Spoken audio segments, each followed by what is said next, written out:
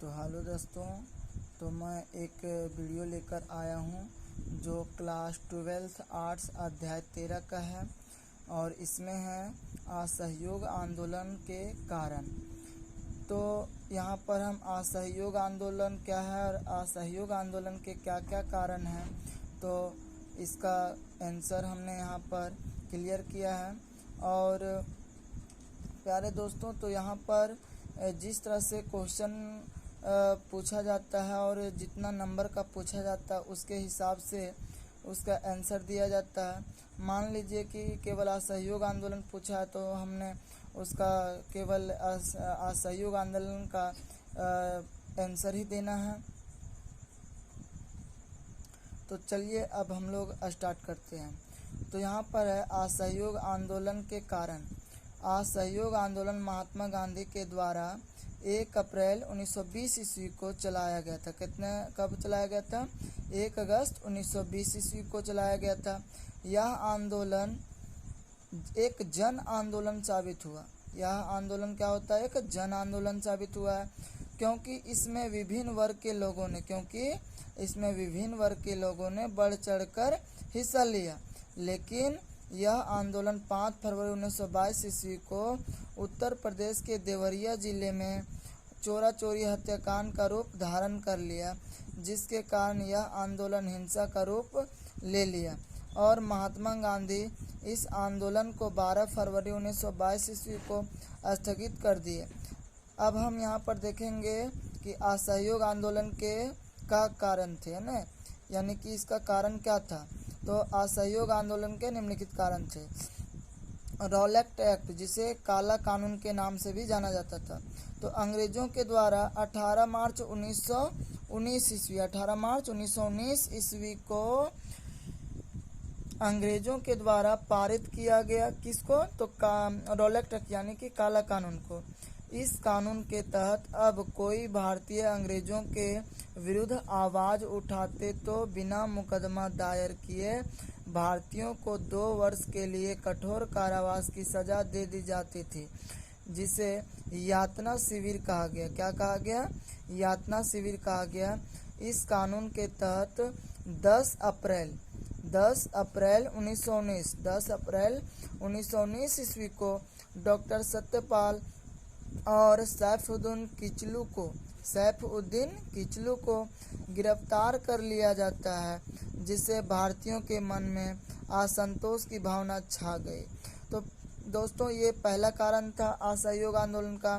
दूसरा कारण हम देखते हैं जो कि जालियांवाला बाग हत्याकांड है। क्या है? जालियांवाला बाग हत्याकांड। तो इसमें क्या है?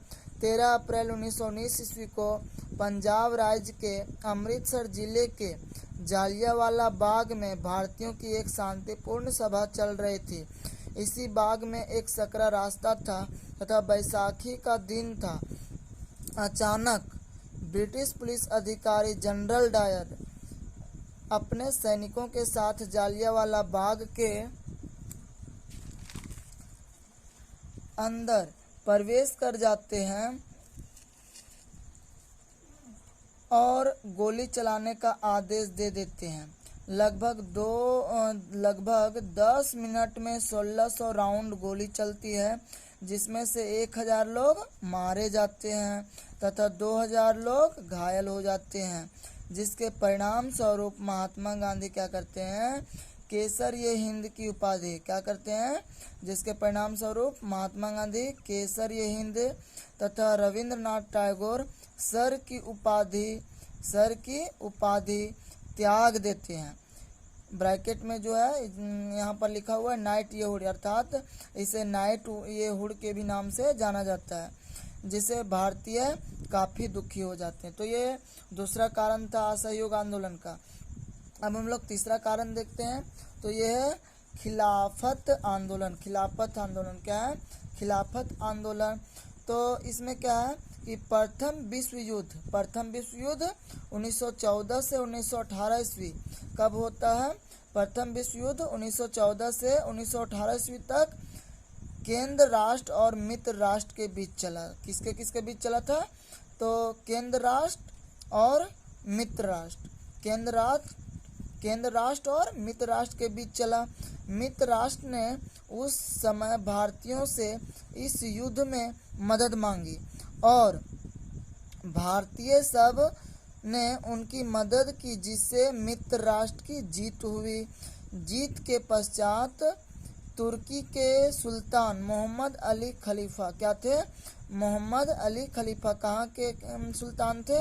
तुर्की के सुल्तान मोहम्मद अली खलीफा को मित्र राष्ट्र के द्वारा अपमानित किया जाता है। क्या किया जाता है? अपमानित किया जाता है, जिसके परिणाम स्वरूप मोहम्मद अली खलीफा और शौकत अली ने महात्मा गांधी के साथ मिलकर अंग्रेजों के खिलाफ 1920 ईस्वी को खिलाफत आंदोलन की पृष्ठभूमि तैयार कर दिए।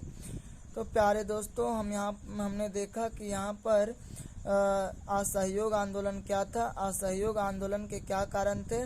तो हमने यहाँ पर उसके तीनों कारण को भी यहाँ पर हमने अध्ययन किया है और आप इस प्रकार से इसका नोट्स भी तैयार कर सकते हैं, इसमें कोई दिक्कत नहीं है दोस्तों।